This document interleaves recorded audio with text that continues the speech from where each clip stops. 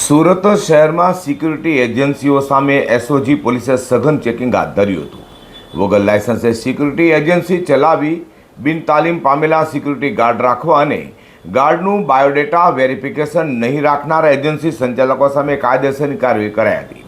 સુરત એસઓજીની અલગ અલગ ટીમોએ શહેરના વિવિધ વિસ્તારોમાં અચાનક ચેકિંગ કરી 14 સિક્યુરિટી એજન્સીના સંચાલકો સામે કાર્યવાહી કરી છે. સુરત શહેરમાં કાયદોની વ્યવસ્થા જળવાઈ રહે તેમજ સુરક્ષા વ્યવસ્થામાં કોઈ બેદરકારી ન થાય તે હેતુથી પોલીસ દ્વારા સિક્યુરિટી એજન્સીઓનું ચેકિંગ કરાયું હતું.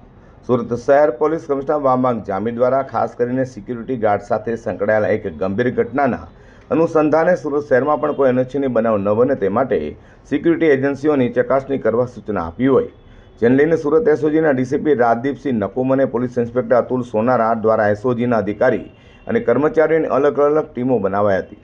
આ ટીમો શહેરના વિવિધ પોલીસ સ્ટેશન વિસ્તારમાં અચાનક ચેકિંગ હાથ ધર્યું હતું. ચેકિંગ દરમિયાન સિક્યુરિટી એજન્સીઓ પાસે માન્ય લાયસન્સ છે કે નહીં, સિક્યુરિટી ગાર્ડને જરૂરી તાલીમ અપાઈ છે કે નહીં અને ગાર્ડના બાયોડેટાનું વેરિફિકેશન કરાયું છે કે નહીં તેની તપાસ કરાઈ હતી. તપાસ દરમિયાન નિયમોનું પાલન નહીં કરનારા 14 સિક્યુરિટી એજન્સીના સંચાલકો સામે કાયદેસરની કાર્યવાહી કરાઈ હતી.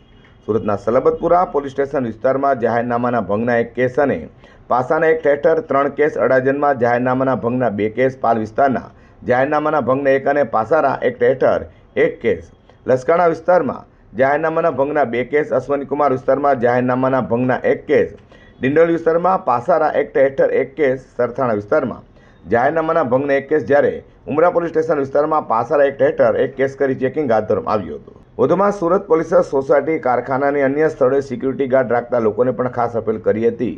તો સુરત એસઓજી કાર્યવાહી બાદ હવે શહેરમાં ગેરકાયદે રીતે ચાલતા સિક્યુરિટી એજન્સીઓ અને નિયમોનું પાલન નહીં કરનારા સંચાલકોમાં ફફડાટ ફેલાયો છે.